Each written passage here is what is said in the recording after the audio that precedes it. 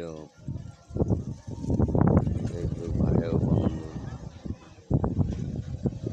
বন্ধুরা কেমন আছেন আপনারা?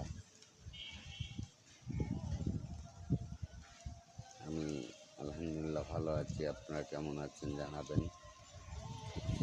আমরা এই মুহূর্তে রংপুরের উদ্দেশ্যে রওনা হচ্ছি। রংপুরে যাব। আমরা রংপুরে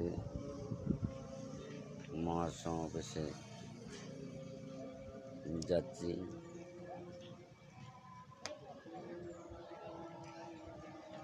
দেশ নায়ক তারেক রহমানের মহাসমাবেশে রংপুর বিভাগীয় সাংগঠনিক সম্পাদক অধ্যক্ষ আসাদুল্লাহ আব্দুল মহোদয়ের নেতৃত্বে রংপুরে